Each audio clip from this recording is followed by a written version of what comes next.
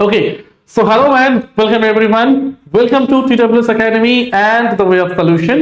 তো আজকে আমি তোমাদের জন্য একটা মোস্ট ইনফরমেটিভ ভিডিও নিয়ে এসেছি, অর্থাৎ যারা তোমরা আপকামিং এসএসসি জিডি কনস্টেবল 2026 এর এক্সামটা দিতে চলেছো তাদের জন্য যে কি মাস্টার স্ট্র্যাটেজি হতে চলেছে সেটাকে নিয়ে কিন্তু আজকে আমাদের ভিডিওটা।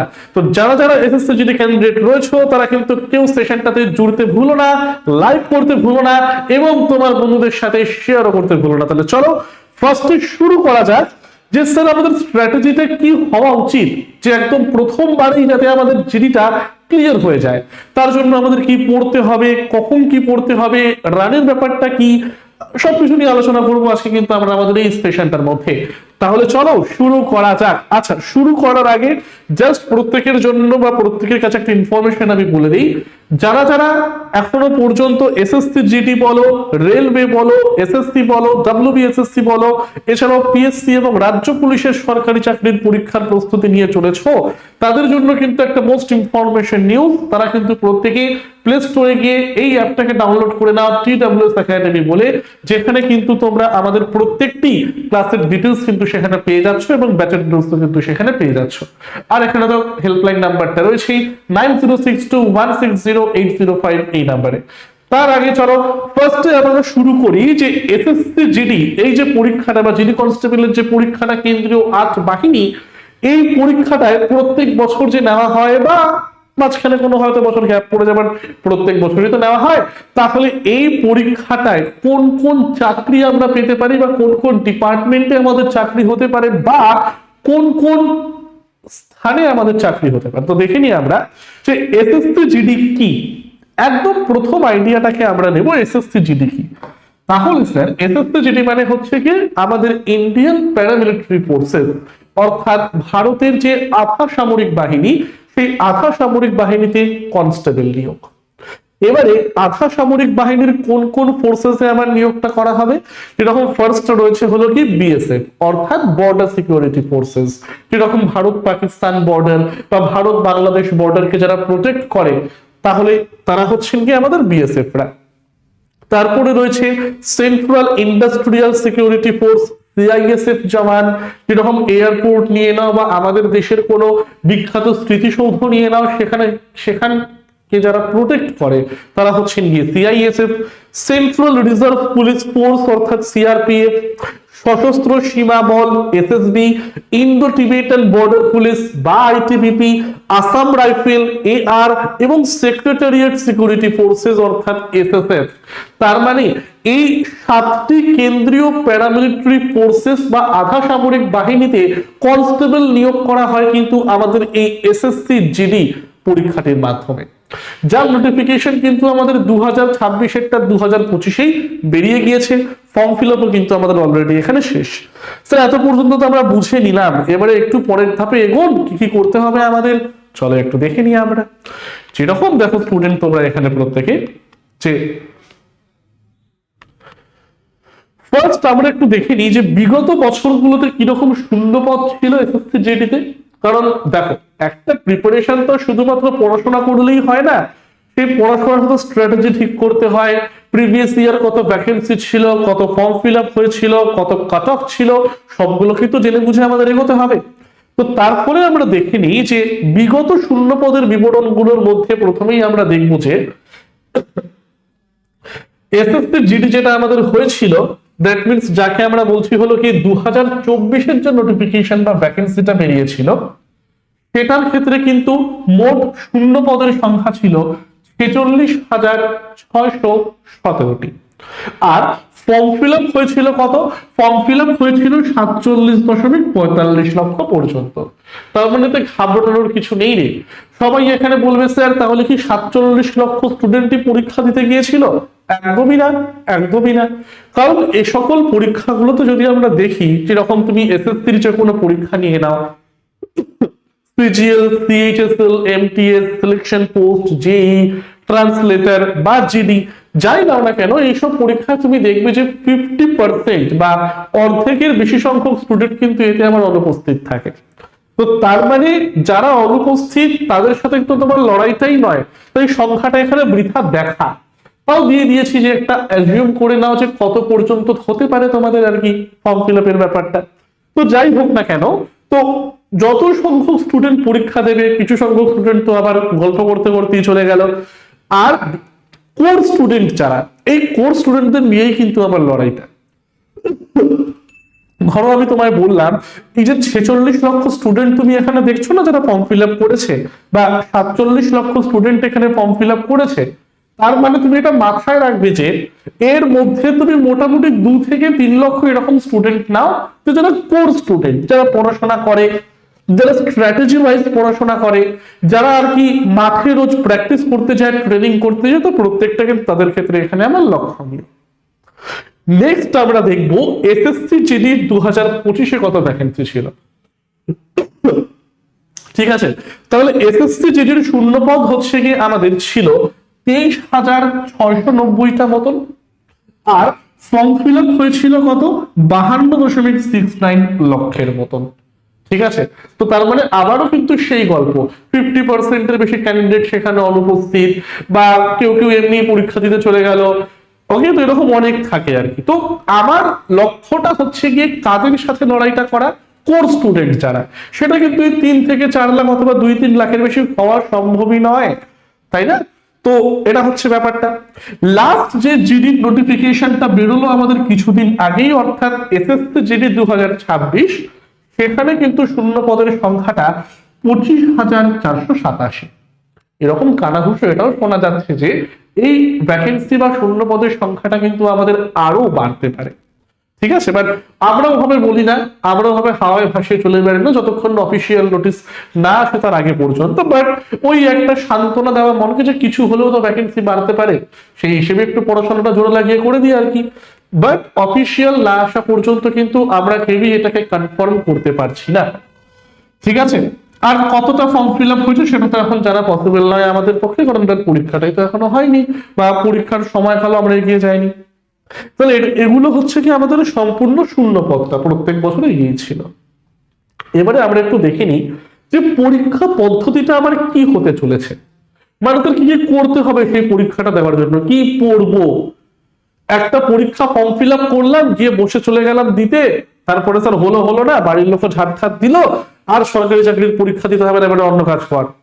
তো ভাই ওভাবে তো পরীক্ষা দিয়ে লাভ নেই। যে কোনো পরীক্ষার জন্য কি করতে হয়, একটা স্ট্র্যাটেজি আমাদেরকে বানাতে হয়। স্ট্র্যাটেজিটা কিরকম, স্ট্র্যাটেজি বানানোর আগে প্রথম আমাদের যে জিনিসটা সম্বন্ধে জানতে হবে সেটা হলো গিয়ে যে পরীক্ষার মধ্যে কি কি ধাপ আমাদের রয়েছে। দেখো আমি এটা একদম বেসিক থেকে বলছি, অনেকে মনে করবে স্যার এত কেন আপনি বলছেন, এগুলো তো আমরা সব জানি। কিন্তু এখানে অনেক স্টুডেন্ট এরকমও তোমরা দেখতে পাবে যাদের কাছে বেসিক আইডিয়াটাও নেই, যারা একদম প্রথম থেকে ভিডিওটাকে দেখছে, তাদের জন্য কিন্তু ভিডিওটা আমাদের বানানো। ঠিক আছে, তো একটু দেখে নিই আমরা যে পরীক্ষা পদ্ধতির মধ্যে প্রথম যেটাকে আমরা দেখতে পারবো সেটা হচ্ছে গিয়ে কম্পিউটার বেসড টেস্ট, অর্থাৎ স্যার যাকে আমরা বলছি এখানে সিবিটি। তারপরে রয়েছে ফিজিক্যাল এফিসিয়েন্সি টেস্ট, পাতি বাংলায় তোমাকে এখানে দৌড়ে দেখাতে হবে, তাই না?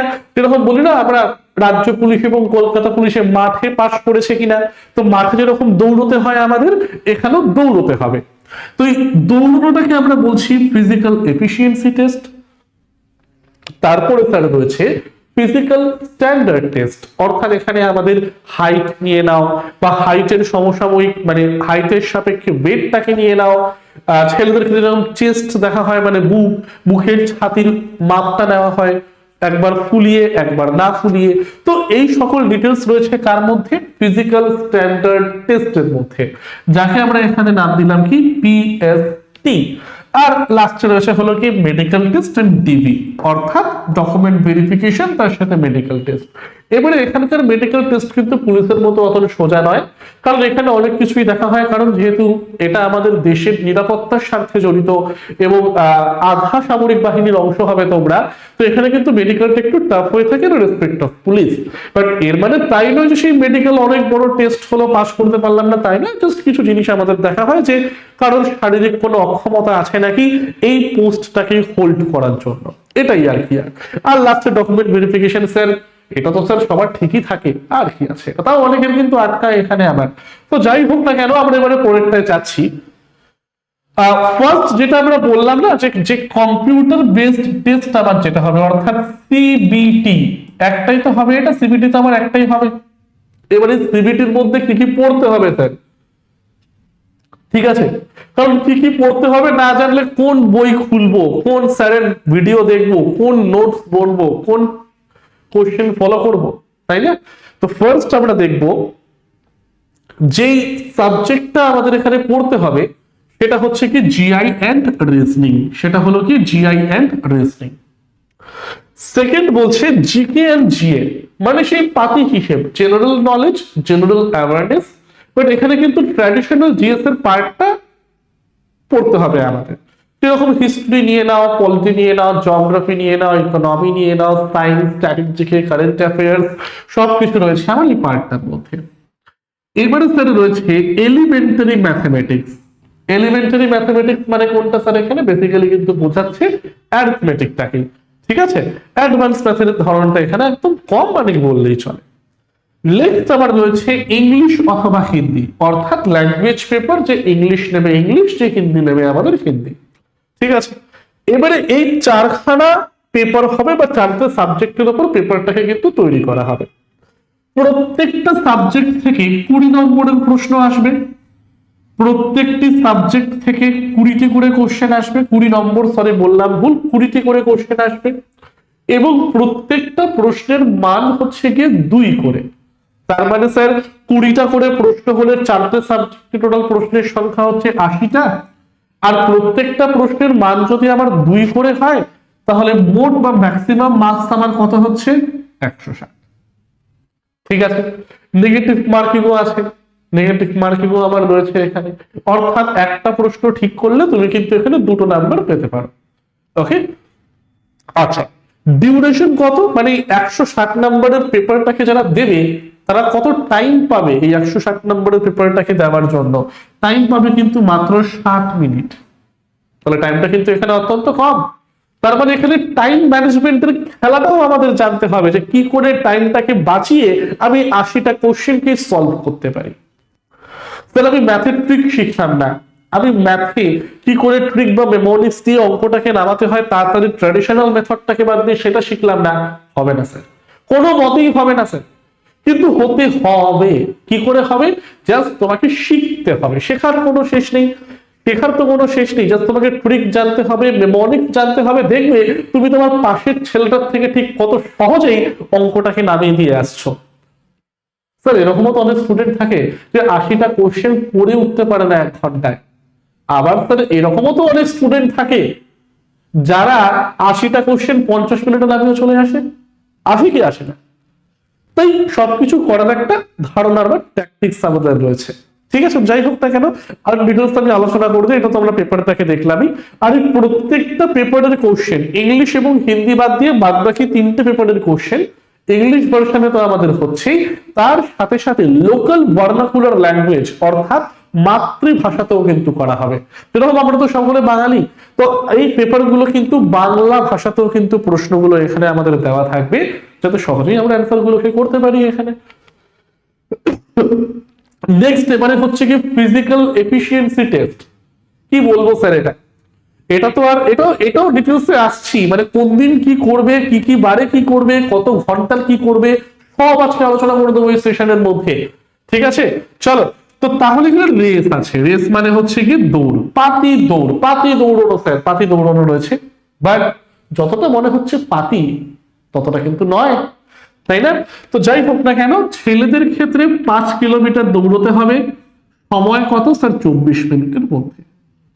24 মিনিটে 5 kilometre, not a matter of joke. তার মানে তুমি বুঝতে পারছো তোমাকে ঠিক কতদিন আগে থেকে রানিংটাকে প্র্যাকটিস করতে হবে। যেরকম ভাবে আমরা প্রত্যেকে থিওরি পড়বো, কোশ্চেন সলভ করব, মক দেব, ঠিক তার সাথে সাথে কিন্তু রানিংটাও আমাদের প্র্যাকটিস রাখতে হবে।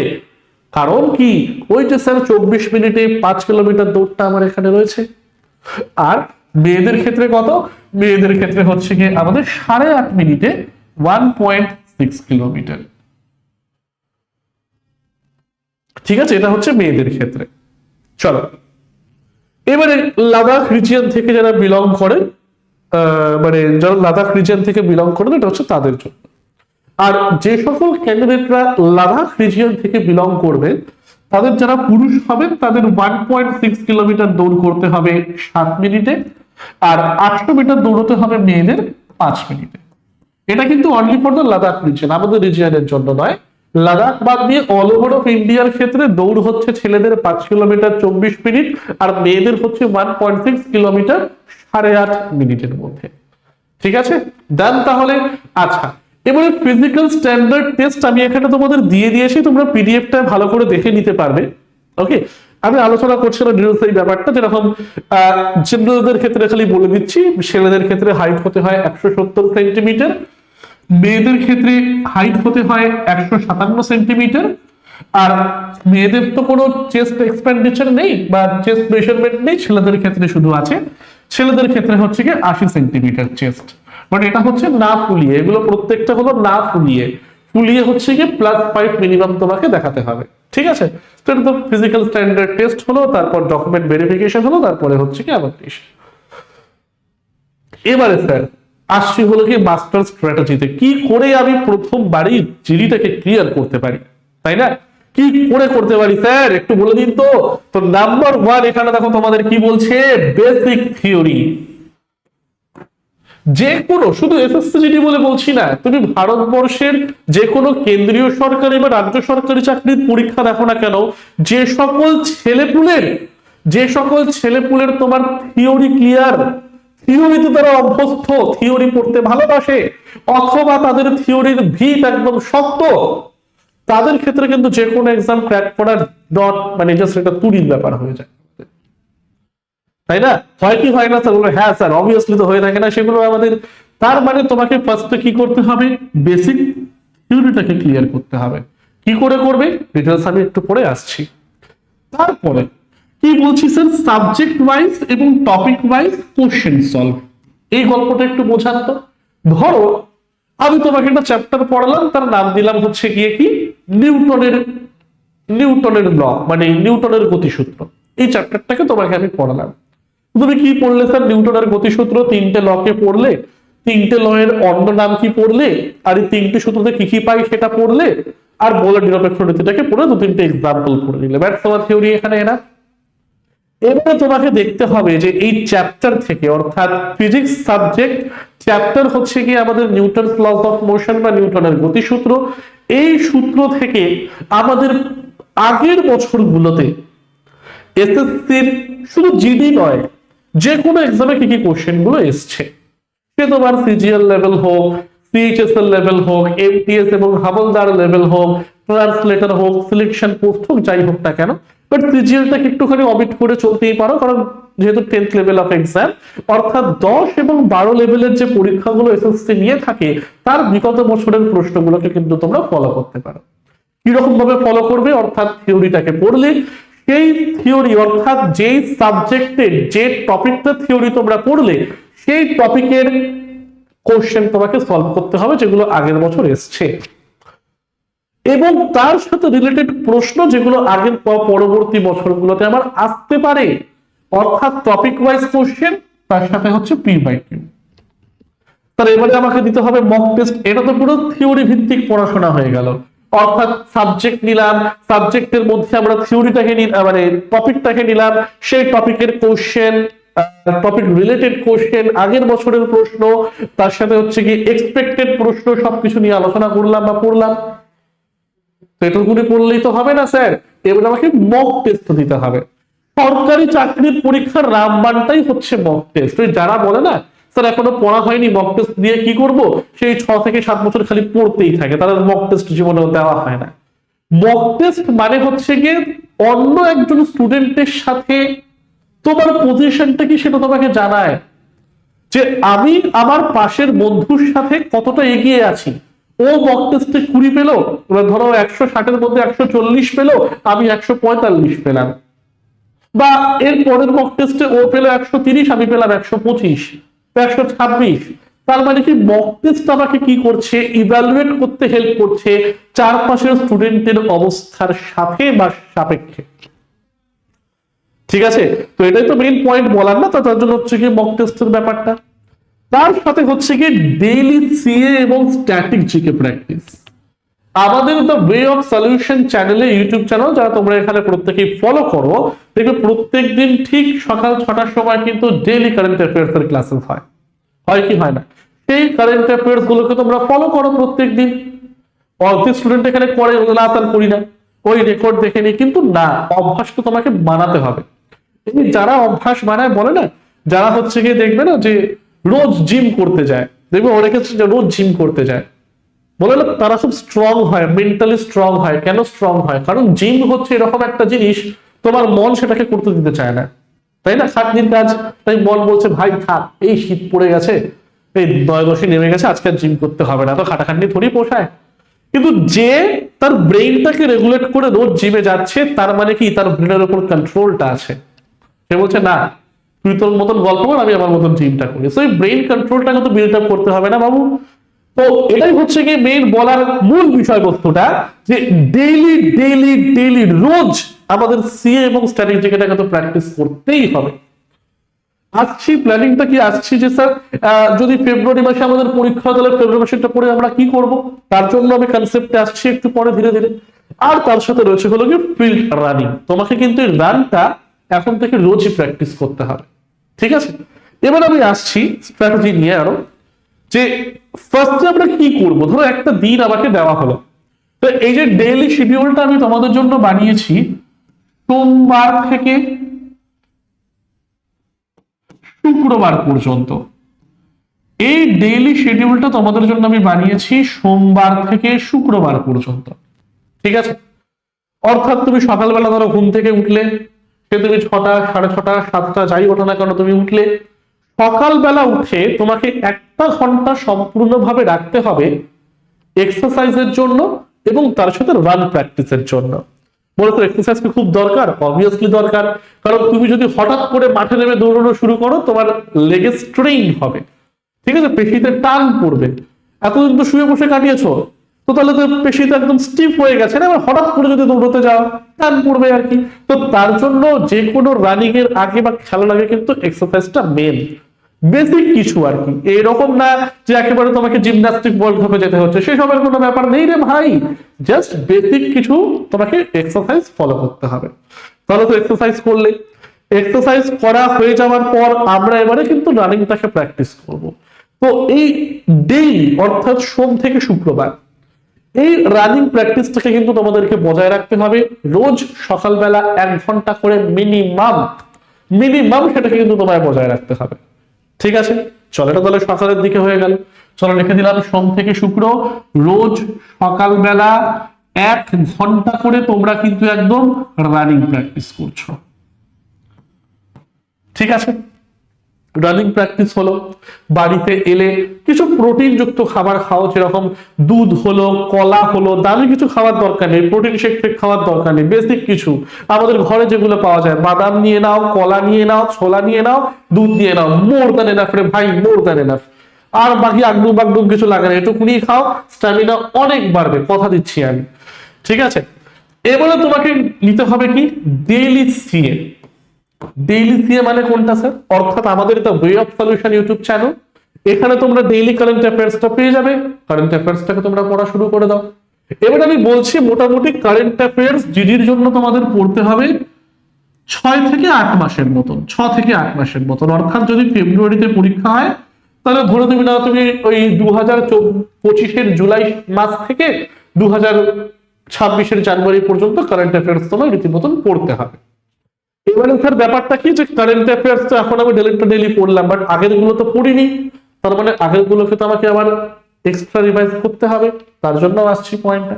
বাট এখন তোমরা যতদিন সময় পাচ্ছ পরীক্ষা হওয়ার আগে পর্যন্ত, ততদিন পর্যন্ত কিন্তু সকালবেলা 1 ঘন্টা করে কারেন্ট অ্যাফেয়ার্স এর সেশনটাকে কিন্তু কেউ নিতে ভুলবে না, যেটা কিন্তু দ্য ওয়ে অফ সলিউশন চ্যানেলে ডেইলি হয়ে থাকে। এবারে স্যার আসছি যেটাতে, সেটা হচ্ছে আমাদের স্ট্যাটিক জিকে পড়তে। কোথায় আসছি? স্ট্যাটিক জিকে পড়তে আসছি। একটা জিনিস মাথায় রাখবে, ট্র্যাডিশনাল জিএস এর থেকেও না স্ট্যাটিক জিকে কিন্তু জিডিতে খুব একটা মুখ্য ভূমিকা পালন করে।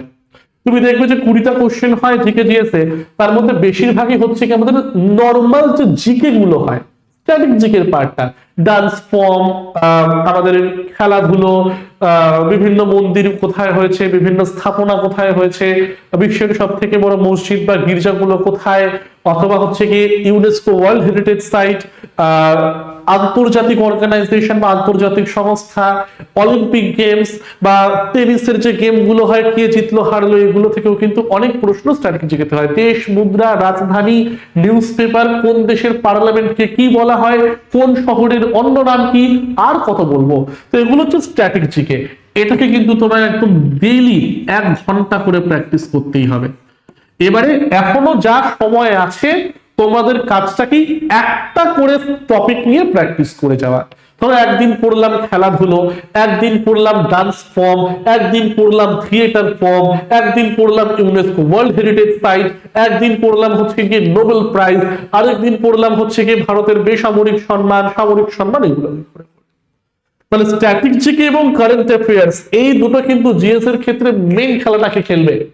তার জন্য এই দুটোর জন্য তোমাকে কিন্তু 1 ঘন্টা টাইম তোমায় দিতেই হচ্ছে। এরপরে হচ্ছে কি ম্যাথে আসুন। ম্যাথ, আরে এখানেই তো স্যার চাপ হয়ে যায়, ম্যাথই পারছি না স্যার, চাপ নেওয়ার দরকার নেই।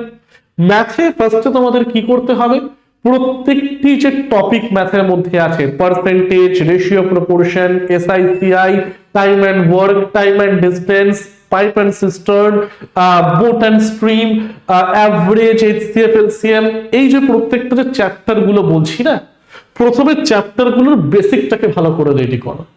অর্থাৎ ওই চ্যাপ্টার থেকে আবার কোন কোন ধরনের ট্রিক আমার কাজে লাগবে, অথবা কোন কোন ধরনের মেমোনিক্স কাজে লাগবে, অঙ্কগুলো করার জন্য বেসিক সূত্রগুলো আমার কি কি, এগুলো প্রত্যেকটা একটা জায়গার মধ্যে নোট ডাউন করব, বা করা থাকলে তো খুবই ভালো ব্যাপার, সেটাকে বারবার রিভাইজ করব। তার মানে বেসিকটাকে ক্লিয়ার করব, তারপরে অল ট্রিকটাকে দেখব, আর প্রত্যেকটা ট্রিক, প্রত্যেকটা মেমোনিক্স এবং প্রত্যেকটা সূত্রের সাথে রিলেটেড যে গত বছরের প্রশ্ন পেয়ে যাবে, অনেক বইতে থাকে, সেগুলো কিন্তু তোমরা এখানে এক্সাম্পল হিসেবে প্র্যাকটিস করে নেবে।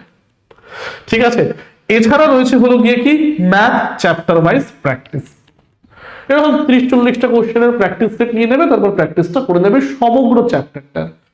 ঠিক আছে, চলো তাহলে সকালবেলা তোমাদের এইটুকুনি কমপ্লিট হয়ে গেল। একটু রেস্টও নিতে হবে, এত তো চাপ নিয়ে এলাম, রেস্টও নিতে হবে একটু।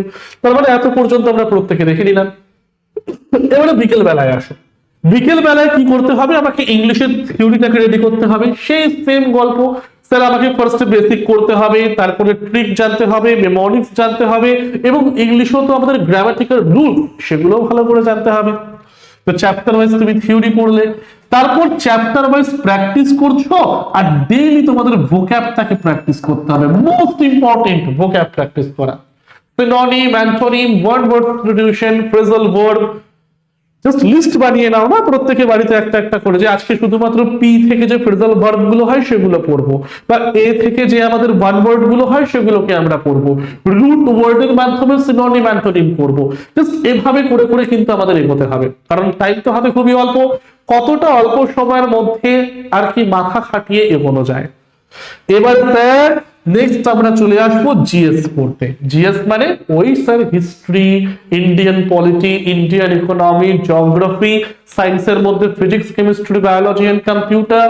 তো এই প্রত্যেকটাকে নিয়ে জেনারেল স্টাডিজ এর জায়গাটা থিওরি পড়বো, কিন্তু থিওরি এখন ডিটেলসে পড়ানো আমার টাইম নেই রে ভাই, কারণ 23 তারিখ থেকে পরীক্ষা। থিওরি ডিটেলস পড়ার থেকে না মেমোনিক্স বানিয়ে বানিয়ে পড়বো। মেমোনিক্স মানে কিরকম, ধরো বললাম হচ্ছে গিয়ে আমাদের ধরো বললাম হচ্ছে যুদ্ধের নাম বলো, যুদ্ধের নাম হচ্ছে গিয়ে ধরো বললাম প্রথম পানিপথের যুদ্ধ, দ্বিতীয় পানিপথের যুদ্ধ, তৃতীয় পানিপথের যুদ্ধ। প্রথমটা 1526 এরকম কার কার মধ্যে হয়েছিল, বাবর এবং বাবরের সাথে হয়েছিল আমাদের ইব্রাহিম লোদি। দ্বিতীয়টার মধ্যে কার কার হয়েছিল, দ্বিতীয়টার মধ্যে হয়েছিল আমাদের হিমু এবং আকবরের মধ্যে, আকবরের হয়ে লড়াই করেছিলেন কি বৈরাম খান। তো এরকম ভাবে বেসিক্যালি যে টপিক গুলো হয় সেগুলোকে আমরা ধীরে ধীরে এগোবো, বাট ডিটেলস অত আমরা আর যাবো না, মেমোনিক্স বানিয়ে বানিয়ে পড়বো। আর তার থেকে মেইন যেটা সেটা হচ্ছে কি প্রিভিয়াস চ্যাপ্টার কোশ্চেন, মানে এই চ্যাপ্টারটা থেকে প্রিভিয়াস সালে যে কতগুলো এসছে সেগুলোকে ফার্স্টে আমাদের কিন্তু কভার আপ করতে হবে, কোনো উপায় নেই ভাই এটা। লাস্টে রয়েছে কি জিআই এবং রিজনিং। ফার্স্টে বেসিক ক্লিয়ার, অল ট্রিক, প্রত্যেকটা ট্রিকের সাথে রিলেটেড এক্সাম্পলকে আমাদের করতে হবে, আর তার সাথে রয়েছে হলো কি চ্যাপ্টার ওয়াইজ প্র্যাকটিস। ব্যাস, এটা স্যার করবো কখন? এটা করব হচ্ছে কি রাতের বেলা, এটা করব হচ্ছে কি সকালবেলা। তার মানে স্যার সোমবার থেকে শুক্রবারের মধ্যে ডেইলি শিডিউল আমাদের হয়ে গেল।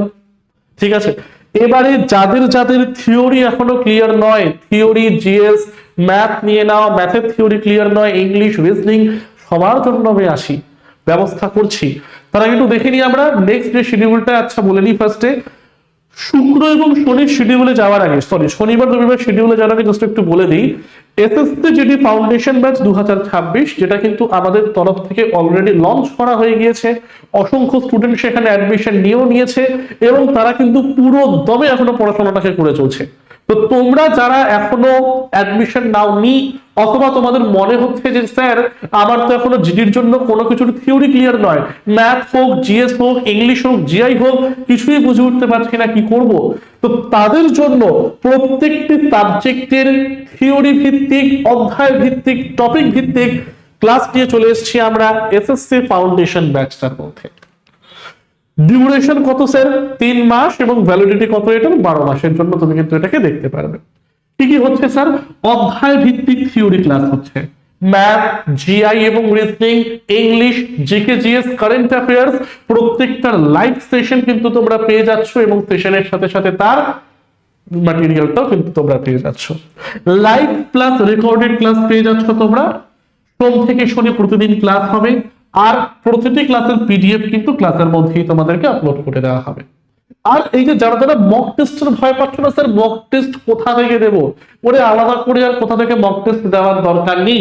তুমি যদি এসএসসি ফাউন্ডেশন ব্যাচটাকে পারচেজ করো তার মধ্যেই কিন্তু ফ্রি মক টেস্ট আমাদের ইনক্লুডেড। অর্থাৎ যারা মক টেস্টটাকে টাকা দিয়ে কিনবে সেটাকে তোমরা এখানে এই ব্যাচটার সাথে একদম কিন্তু ফ্রিতে পেয়ে যাচ্ছ। ঠিক আছে, তো ব্যাচের আরো ডিটেলস জানতে এবং ব্যাচটাকে পারচেজ করতে তোমরা অবশ্যই আমাদের অ্যাপটাকে ফলো করো এবং আমাদের অফিসিয়াল নাম্বারে কিন্তু তোমরা প্রত্যেকে একবার কল করে নাও। নেক্সট আমি যাচ্ছি এবারে যেটা, সেটা হচ্ছে কি উইকলি শিডিউল কোনটা। উইকলি শিডিউল মানে হচ্ছে কি সোম থেকে শুক্রবার, যেটা ডেইলি শিডিউল আমরা ফলো করলাম। এবারে আসো শনিবার দিনকে। শনিবার দিনকে কি করব স্যার? এই যে যতগুলো কারেন্ট অ্যাফেয়ার্স আমার পড়া হয়নি, ডিসেম্বর 2025, নভেম্বর 2025, সেপ্টেম্বর 2025, এই এই প্রত্যেকটা মাসের কারেন্ট অ্যাফেয়ার্স গুলোকে আমাকে কিন্তু এবারে দেখতে হবে। স্যার 300টা কারেন্ট অ্যাফেয়ার্স মুখের কথা নাকি পড়বো? টপিক করে দাও না রে ভাই।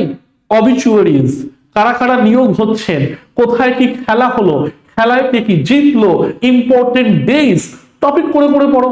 পড়তে সুবিধা হবে, মাথায় রাখতে সুবিধা হবে।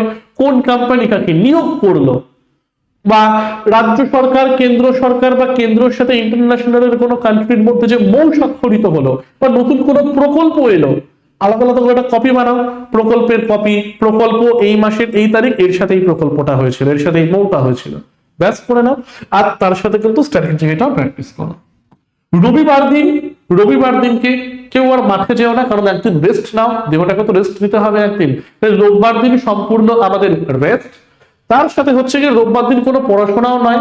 হ্যাঁ, তোমার হয়তো মনে হতে পারে স্যার আমি এই চ্যাপ্টারটা আবার ঠিকঠাক করে রেডি হয়নি, আর একবার রিভাইজ করলে ভালো হতো। অবভিয়াসলি করে নাও। আর তার সাথে মিনিমাম কমপক্ষে 3টে করে 160 নাম্বারের মক নাও, কারণ মক টেস্ট তোমাকে স্পিড বাড়াতে হেল্প করবে। পরীক্ষার স্পিড না বাড়লে তুমি কিন্তু 60 মিনিটের মধ্যে 80টা কোশ্চেন ছুঁতেও পারবে না। ঠিক আছে, এবার একটু পরীক্ষার স্ট্র্যাটেজি বলে দিই। অর্থাৎ ম্যাথ এবং রিজনিং এই 20টা করে কোশ্চেন সবার আগে করার চেষ্টা করো, কারণ ম্যাথ আর রিজনিং তো তোমার বাইরে থেকে কিছু আসার নেই রে ভাই। সেই তো টপিক, সেই তো থিওরি, সেই তো সূত্র, আসলে তো তার মধ্যে দিয়েই আসবে, তাই না? তো এখানে কিন্তু 20-40টা প্রশ্ন 2 নম্বরে করে 80 নম্বর পাওয়াটা তোমার এখানে কিন্তু কনফার্ম, যদি ম্যাথ আর রিজনিংটাকে তুমি ক্লিয়ার করে নিতে পারো। নেক্সট হচ্ছে কি ইংলিশটাকে ধরবো। স্যার ইংলিশ এবারে কি করতে হবে আমাদের? ইংলিশ মানে হচ্ছে দেখো সেটাও তো আমাদের থিওরি বেসড একটা, বাট এখানেও সেরকম বাইরে থেকে কোশ্চেন আসার কোনো ব্যাপার নেই, হয়তো ভোকাব 2-3টে পড়ার বাইরে পড়ে গেল তা না। আর last but not the least, এটা হচ্ছে আমাদের জিকে, জিএস এবং কারেন্ট অ্যাফেয়ার্স। বাইরে থেকে কোশ্চেন আসতেও পারে, বাট আমাদের যে ব্যাচেস গুলো তোমাদের এখানে করানো হয় ফাউন্ডেশনে, আশা করি তার বাইরে থেকে আর একটা প্রশ্ন দেবে না, কারণ যেই লেভেলে এখানকার স্যার এবং ম্যামেরা তোমাদেরকে থিওরিটাকে রেডি করান, তার বাইরে তো প্রিভিয়াস ইয়ারের কোশ্চেন আপাতত আর দেখাই যায় না। ঠিক আছে, তো ফার্স্টে সলভ করবে হচ্ছে ম্যাথ এবং রিজনিং, তারপরে ইংলিশ, লাস্টে গিয়ে সলভ করবে হচ্ছে কি জিকে। কারণ তুমি যদি লাস্টে গিয়ে ম্যাথ সলভ করতে যাও না, তাড়াহুড়ো ছোট তোমার ভুল হয়ে যাবে। জিকে ওয়ান লাইন আপ পড়ে পড়ে পড়ে পড়ে করে দিতে পারবে, তাই জিকেটাকে একদম লাস্টের দিকে আমি তোমাদের জন্য রাখলাম। এটা হচ্ছে কি এক্সাম কি করে দেবে সেটার পদ্ধতিটা কিন্তু তোমাদের সাথে আমি এখানে আলোচনাটা করে দিলাম। ঠিক আছে, আর যাদের যাদের মনে হচ্ছে যে না স্যার আমার থিওরিটা ক্লিয়ার কিন্তু আমার একটুখানি প্র্যাকটিস দরকার, তো তাদের জন্য আমরা নিরাশ করিনি, টিডব্লিউএস এর তরফ থেকে নিয়ে এসেছি এসএসসি জিডি 2026 এর প্র্যাকটিস ব্যাচটা। অর্থাৎ যেখানে আমরা কিন্তু বিগত বছরের GK CA English math reasoning প্রত্যেকটাকে নিয়েই আলোচনা করব এবং প্রত্যেকটার কোশ্চেন্স নিয়ে আলোচনা করা হবে, থিওরি কিন্তু নয়। জাস্ট তোমাকে বলবো এই চ্যাপ্টারটা রেডি করো, পরের দিন এর উপর একটা প্র্যাকটিস হবে আমাদের। তাহলে এটা হচ্ছে গিয়ে স্যার আমাদের কিন্তু সম্পূর্ণ সেই প্র্যাকটিস ব্যাচটা, যেখানে রয়েছে বিগত বছরের প্রশ্ন, সমস্ত বিষয়ের class, math reasoning GK CA GS এবং তার সাথে হচ্ছে গিয়ে অঙ্ক ইংলিশ আর লাইভ আর রেকর্ডেড ক্লাসটাকেও কিন্তু পেয়ে যাবে। তো যারা যারা এখনো প্র্যাকটিস ব্যাচও জয়েন করনি বাট মনে হচ্ছে স্যার থিওরি আবার ওকে আছে, প্র্যাকটিস ব্যাচটা জয়েন করে নি, তাদের জন্য আমরা রয়েছি। তো প্র্যাকটিস ব্যাচটার ডিটেইলস তোমরা পেয়ে যাবে আমাদের নিজস্ব টিডব্লিউএস একাডেমি অ্যাপে, এছাড়াও অফিসিয়াল নাম্বারে কিন্তু তোমরা একবার আমাদেরকে কল করে নিতে পারো। ঠিক আছে, তো তাহলে দুটো ব্যাচের কথাই বলে দিলাম। এছাড়াও যারা যারা এসএসসি জিডি পরীক্ষা দিচ্ছ না বাট কম্বাইন্ড ফাউন্ডেশন 6.0 বা WBSSC গ্রুপ সি ব্যাচ, যার মধ্যে গ্রুপ ডিটাও included, WBPKP foundation NTPC group D batch 2026, upper primary 2025, এই ব্যাচগুলো কিন্তু এখনো আমাদের লাইভ চলছে। যাদের যাদের রেসপেক্টিভ ব্যাচগুলো দরকার তারা কিন্তু প্রত্যেকে ব্যাচটাকে আমাদের অ্যাপে গিয়ে ডাউনলোড করে মানে অ্যাপ ডাউনলোড করে সেখান থেকে পারচেজ করে নিতে পারো, অথবা স্ক্রিনের নিচে দেওয়া নাম্বারে 10টা থেকে 7টার মধ্যে কল করতে পারো। নাম্বারটা কি 9062160805। আর আমাদের অ্যাপটা কোথায় পাবে? প্লে স্টোরে যাবে, প্লে স্টোরে গিয়ে সার্চ করবে টিডব্লিউএস একাডেমি, সেখানে সার্চ করে গেলেই কিন্তু তোমরা এই প্রত্যেকটা ব্যাচের ডিটেইলস সেখানে পেয়ে যাবে। ঠিক আছে, চলো তাহলে। আর আমাদের তিনটে YouTube channel, the way of solution, TWS academy এবং টিডব্লিউএস স্মার্ট, এই তিনটেকে কিন্তু সাবস্ক্রাইব করতে ভুললে চলবে না। কারণ কোশ্চেন সলভ বলো, থিওরি পড়ানো বলো, প্রত্যেকটি সাবজেক্টের আমরা কিন্তু এখানে ফ্রি ক্লাসেস গুলো তোমাদেরকে দিয়ে থাকি। ঠিক আছে, তাহলে আজকের সেশনটা এই পর্যন্তই রাখছি। আর যদি কোনো কোয়েরি থাকে কমেন্টের মধ্যে অবশ্যই জানাবে। টিল দেন প্রত্যেককে থ্যাংক ইউ এভরিওয়ান।